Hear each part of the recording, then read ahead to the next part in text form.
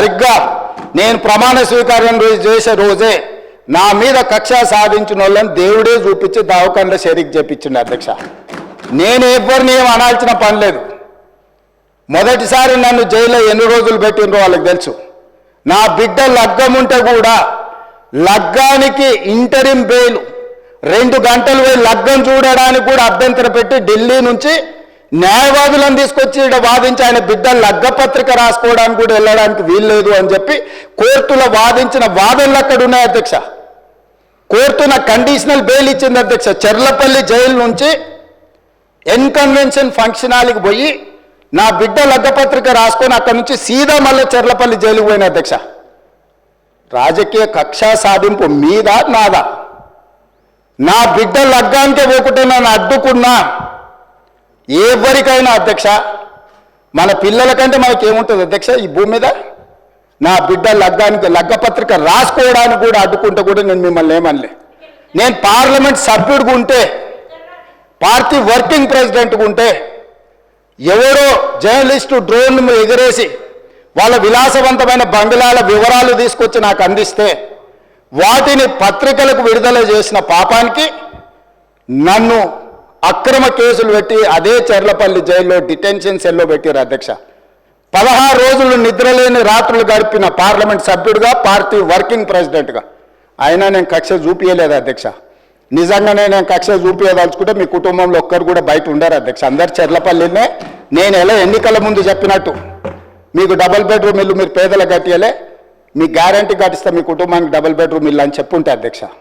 ఎన్నికల హామీలు అమలు చేయలేదంటుంది కదా అధ్యక్ష. ఎన్నికలప్పుడు ఈ హామీ కూడా ఇచ్చిన. ఆ కుటుంబానికి చెర్లపల్లి జైల్లో డబుల్ బెడ్రూమ్ కట్టిస్తా, కొడుకు కోడలు అల్లుడు బిడ్డ ఉంటే వేరే వేరే ఎందుకుంటారు, అందరినీ కలిసి ఒకటే దగ్గర ఉండేటట్టు కట్టిస్తాను. కానీ ఆ హామీ కూడా నేను అమలు చేయలే. ఎందుకంటే నేను విఘ్నత ప్రదర్శించాలనుకున్నా.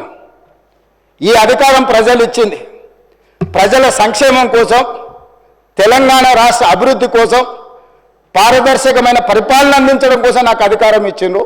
ప్రజలు ఇంత పెద్ద అధికారాన్ని, ఇంత పెద్ద బాధ్యతను ఈ వయసులో నాకు అప్పచెప్పింది నా కోపం కోసమో, లేకపోతే నన్ను నా పట్ల వాళ్ళు వ్యవహరించిన విధంగానే వాళ్ళ పట్ల నేను వ్యవహరించడానికి ప్రజలు నాకు అధికారం ఇవ్వలేదని విచక్షణను ఉపయోగించి ఈరోజు కూడా వాళ్ళ మీద ఇంతవరకు అక్రమ కేసులు పెట్టలేదు అధ్యక్ష.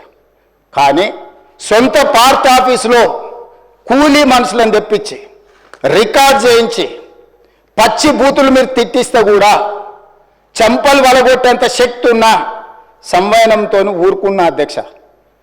ఎవరైనా బజార్లో ఏదైనా మాట్లాడితే మాట్లాడిన దాన్ని కూడా సెన్సర్ చేస్తాం. బూతులు మాట్లాడినప్పుడు ఒక బీప్ పెడతాం అధ్యక్ష, టెలికాస్ట్ చేయొద్దని. కూలీ పైసలు ఇచ్చి కిరాయి మనుషులను పెట్టించి మీరు పచ్చి బూతులు మాట్లాడిచ్చినా నేను ఏమాత్రం కూడా కక్ష సాధింపు చర్యలకు పాల్పడలేదు అధ్యక్ష. కాబట్టి ఈరోజు మేమేదో కక్షా చర్యలకు పాల్పడుతున్నట్టు, మేము కక్షా చర్యలకే పాల్పడితే ముఖ్యమంత్రికి ఉన్న విశేషమైన అధికారాలతో మీరు ఒక్కరైనా బయట ఉండేటోళ్ళ? ఈరోజు తెలంగాణ సమాజం అన్నిటిని గమనిస్తుంది. ఎక్కడికి వెళ్ళానని అడుగుతున్నా, ఇంకెన్ని రోజులు బయట వదిలేస్తావని తీసి లోపలే. అసలు నువ్వు లోపలేస్తావనే కదా నీకు ముఖ్యమంత్రి పదవి చేసింది, నువ్వెందుకు ఇట్లా సమయం పాటిస్తున్నావు లోపలేయమంటే కూడా నేను ఏ రోజు కూడా అటువైపు పోయలేదు అధ్యక్ష. అదేవిధంగా ధనిక రాష్ట్రం, మేము హామీలను అమలు చేసినాం.